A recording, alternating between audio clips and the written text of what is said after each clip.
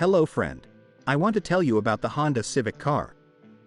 From a technical point of view, the Civic is not a particularly complicated car, and even simpler than its predecessor. This is the first generation of the model in years to use a simple torsion beam in the rear suspension. At the front, we have suspension based on McPherson struts.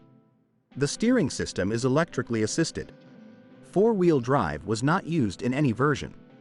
The hybrid version has a 95 horsepower internal combustion engine and a 20 horsepower electric engine, powered by a small traction battery. The car usually runs on petrol, and on very short distances and in the city, in traffic jams, it moves using the electric drive. Like in the Toyota hybrid system, a continuously variable transmission is used here. The basic power unit of the Honda Civic was initially a 1.3-liter petrol engine, but designated as 1.4 DSI, with 83 horsepower. Changed after the facelift to a 1.4 IVTEC unit with 99 horsepower. The second, and at the same time the most popular engine, is 1.8 IVTEC with 140 horsepower. The diesel engine was well received in Europe, but its high price did not make it a hit. The 2.2 ICTDI engine generates 140 HP, but as much as 320 Nm of torque, thanks to which it has incomparably better dynamics than the petrol version.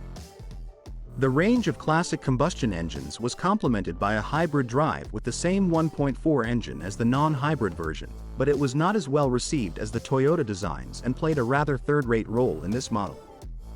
The more popular was the sports version 2.0 IVTEC with 201 horsepower installed in the Type R model. The Honda Civic was fitted with 6-speed gearboxes, except for the hybrid, and customers very rarely chose automatic gearboxes. The I-Shift automated gearbox was paired with petrol engines, which required some patience and skill. It was worse to repair, although it is generally a manual gearbox with an automatic clutch control system. It is not easy to find a workshop that will repair it in the event of a breakdown. Diesels were only offered with manual gearboxes. Which engine should I choose? Choosing the drive unit in this model is very easy. You currently need luck and a good mechanic for diesel, but it is an excellent option for long routes and high annual mileage. If the engine does not have 500,000 kilometers, you can safely trust it. It provides the best performance and the lowest fuel consumption, average about 6 L, 100 kilometers. Choosing a 1.8 petrol is a safe option, because there are far fewer things that can break down, and repairs to these engines are not particularly expensive. Importantly, this engine can also burn little petrol, on average about 7.5 L, 100 kilometers. The 1.4 variant is more of a proposal for people driving short distances, although the engine after the facelift has acceptable performance.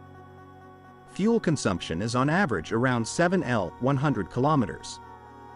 The most economical petrol version is the hybrid, but also on condition that the driver uses its potential and does not take it on long routes. Honda Civic, what's breaking? The biggest problem with the Honda Civic VIII at the moment is the corrosion of the chassis, and the less serious one is the body. The car should be inspected before purchase like an off-road vehicle. We start from the bottom and only on a lift. If the verification of the chassis is positive, only then should we look at the rest.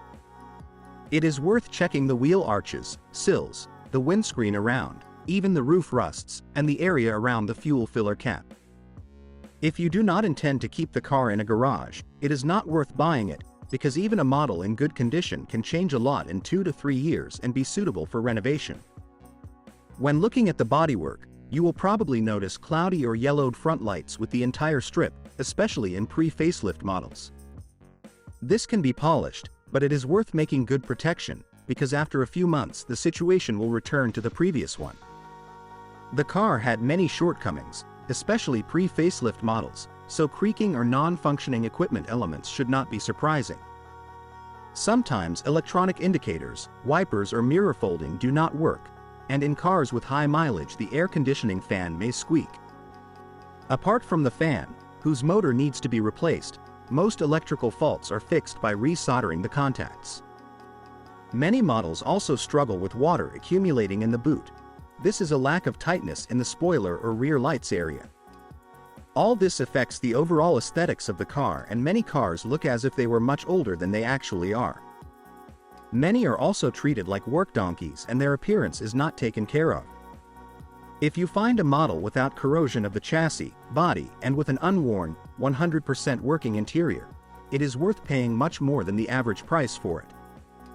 The most popular engine in this model is a 1.8-liter petrol engine marked R18A2. This is an engine from the R family, not K, as many people think. At the time of the debut, K engines were offered in the Accord 7, but from 2008 they were replaced by units from the R family already in the Accord 8. Only the Civic Type R had the K20Z4 engine. Apart from basic maintenance activities, this is an engine that practically does not require any repairs. If it has two basic fluids, oil and coolant, it will work endlessly. It is worth replacing the timing drive every 300,000 kilometers. One of the unusual maintenance activities is the need to check and possibly adjust the valve clearance every 80,000 kilometers in cars running on petrol and every 30 to 40,000 kilometers in engines running on LPG.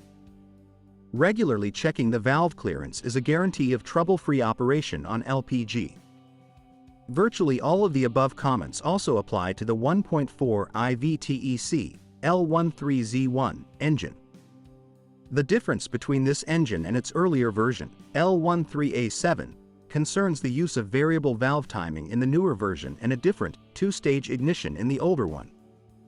According to users' opinions and mechanics' experience, this unit is just as maintenance-free as the 1.8. Diesel engines, although very good, should be treated as an option for more affluent people. After many years of use, the injection system or supercharging may require repairs, and often the timing chain set.